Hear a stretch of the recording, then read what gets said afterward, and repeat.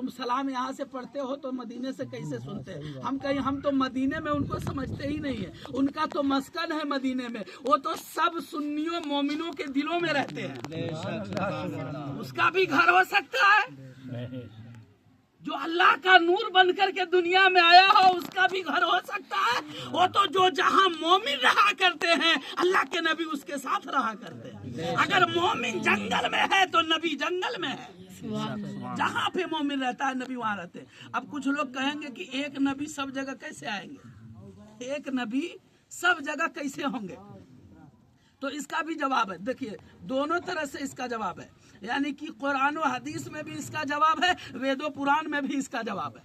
बहरहाल अब देखे कहते हैं महाराज जी यको देव सर्वभूतेषु गुण, वो सभी प्राणियों में व्याप्त है, यानी सबके सीने में वो मौजूद है, वो सबके सीने में मौजूद है, सबकी बातों को सुनता है, सबको देखता है। वो कौन है? वो एक अल्लाह है। आगे फरमाते यको देव सर्वभूतेषु गुण सर्वभूतांतरात्मा कर्मध्यक्ष, यानी उन्होंने कहा है कि सुनो दुनिया वालों, तुम जो कुछ भी कर्म कर रहे हो, अगर नेकी कर रहे हो वो भी वो देख रहा है, बुराई कर रहे हो वो भी वो देख रहा है, चूंकि वो सारे कर्मों का गवाह है। अगर तुम जो कर्म कर रहे हो उसका वो गवाह है, यानी अच्छा करोगे तो भी गवाह है, बुरा करोगे तो भी गवाह है। सुभान अल्लाह, सुभान अल्लाह उन्होंने कहा। और इसका भी कुरान में हुक्म है ना, इसका भी कुरान में हुक्म है ना, अलिमत नफ्सुम मा कद्दमत व अखरत, हर जान जान लेगी जो आगे भेजे हैं लोग, जो पीछे छोड़े हैं लोग,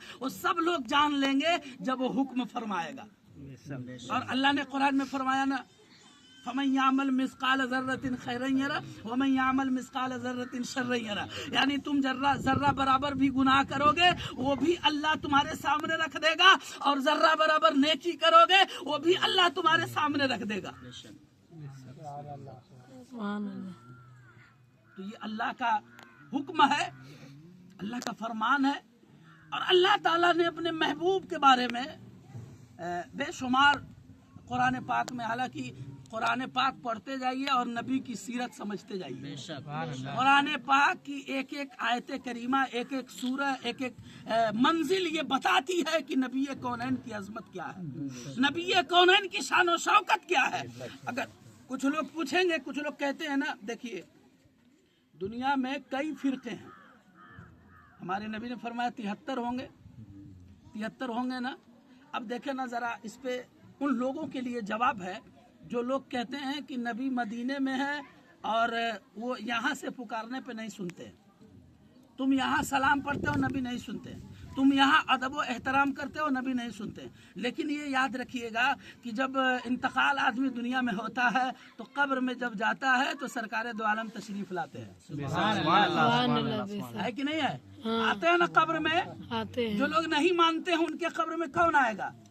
उनके कब्र में शैतान आएगा, नबी आएंगे ही नहीं। अगर जो लोग कहते हैं कि नबी नहीं सुनते तो फिर उनके लिए जवाब है कि तेरे कब्र में आते कहाँ से है? वो जब सुनते नहीं तो भैंसौड़ा की सरजमीन पर कोई इंतकाल होता है तो क्या उससे सवाल नहीं होगा? उससे भी 3 सवाल होगा ना। तो उसके भी 3 सवाल में आखिरी सवाल में तो नबी मौजूद होंगे। तो फिर भैंसौड़ा में अगर 2 मैयत हो गई एक ही वक्त में और दोनों का जनाजा एक ही वक्त में हुआ तो क्या सिर्फ भैंसौड़ा ही में मुसलमान है? दुनिया में हर जगह मुसलमान है। और दुनिया में जितने मुसलमान हैं, जहाँ पे भी जो लोग इंतकाल होते हैं वहाँ पे हर लोगों के कब्र में मुस्तफा मौजूद होते हैं। तो एक वक्त में जैसे यहाँ पे 3 बजे मिट्टी हो रही है और लोग 3 बजे आ रहे हैं घर पे, तो क्या 3 बजे और कहीं नहीं होता होगा? तो एक नबी हर जगह कैसे पहुँचेंगे? ये तो सोचने वाली बात है ना। तो ये अकल में आने वाली बात नहीं है। वो अल्लाह है। अल्लाह तबारक व तआला ने फरमाया कि मैं अपने महबूब को मोमिनों की जान से भी ज्यादा करीब रख दिया हूँ। तो जब हमारे नबी हमारे जान से भी ज्यादा करीब हैं तो हमारे नबी हमारे कब्रों में भी करीब रहेंगे। वो अल्लाह है। और इसके बारे में देखिए बहुत सारी बातें हैं। जो लोग एक अल्लाह को छोड़ बैठे हैं, एक अल्लाह को छोड़ बैठे हैं ना, वो अल्लाह के अहकाम को छोड़े बैठे हैं, अल्लाह को अपना माबूद नहीं समझते, दुनियावी बुतों को अपना माबूद समझते हैं। कोई पत्थर को पूज रहा है, कोई सूरज को पूज रहा है, कोई सितारों को पूज रहा है, कोई चांद की इबादत कर रहा है, और कोई जो है मूर्ति बना करके इबादत कर रहा है। लेकिन याद रखिए, जितने लोग जितने महर्षि, जितने ऋषि दुनिया में है, जितने विद्वान दुनिया में है, वो सबों ने यही कहा है कि अगर ईश्वर की, अगर तुम्हें भक्ति करनी है, इबादत करनी है, तो किसी और की ना करो, सिर्फ और सिर्फ खुदा की इबादत करो। ये सबने कहा है। आइए एक चैप्टर पढ़ते हैं तुलसी महाराज जी का। तुलसी महाराज जी कहते हैं, तुलसीदास जी महाराज अपने किताब में कहते क्या, देखिए अल्लाह के बारे में कहते हैं और दुनिया वालों को ये पैगाम देते हैं कि ऐ दुनिया वालों सुनो, अगर तुम अपनी मूर्ति बना करके पूजा करते हो तो फिर ऐसा ना करो, इसलिए कि अगर तुम्हें पूजना ही है तो एक ईश्वर को पूजो और उस खुदा को पूजो जो जिस्म जिस्मानियात से पाक है। और कैसे कहते हैं, उन्होंने क्या कहा है, उन्होंने कहा है कि बिनु पद चलई सुनई बिनु काना, बिनु पद चलई सुनई बिनु काना, और कर बिन कर्म करई विधि नाना, आनंद रहित सकल रस भोगी और बिनु बानी बख्ता बड़ जोगी। उन्होंने कहा है कि बिनु पद चलई सुनई बिनु काना, ईश्वर वो है, खुदा वो है जो बगैर पांव के चलता है, बगैर आंखों के देखता है, बगैर कान के सुनता है, बगैर जिस्म के स्पर्श करता है, यानी कि वो हिलता है, उसके पास जिस्म नहीं है, उसके पास कान नहीं है, लेकिन दुनिया के तमाम बंदों की आवाजों को सुन लेता है।